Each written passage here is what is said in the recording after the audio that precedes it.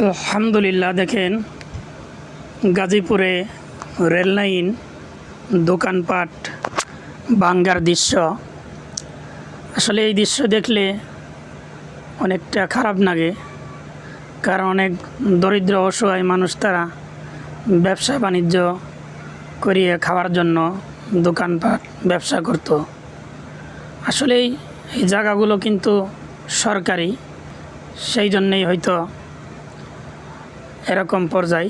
সরকারি জায়গার জন্যেই এই অবস্থা, যেটা বলে বাংলা বলে খাস জায়গা। আজকে খাস জায়গার দোকানপাট উৎপাত করা হচ্ছে, সেই দৃশ্যই আপনাদের দেখানোর জন্য এই ভিডিওটা আসলে মূলত করা। সকালেই দেখবেন এবং কমেন্টে তার অনুভূতি জানা যাবেন। দেখেন কেমনে ভাঙতেছে দোকানটা, সেইভাবে ভাঙতেছে বেকু দিয়ে। যাই হোক, অনেক কষ্টই লাগলো এই দোকানটার জন্য। আসলেই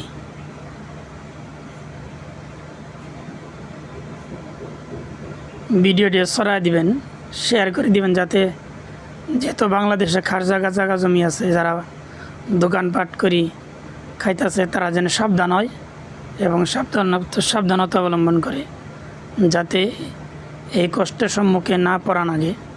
সেই জন্য প্রত্যেকটা ব্যবসায়ী যারাই আছেন না কেন, আসলে এগুলো থেকে আমি নিরাপদে থাকা দরকার। দেখেন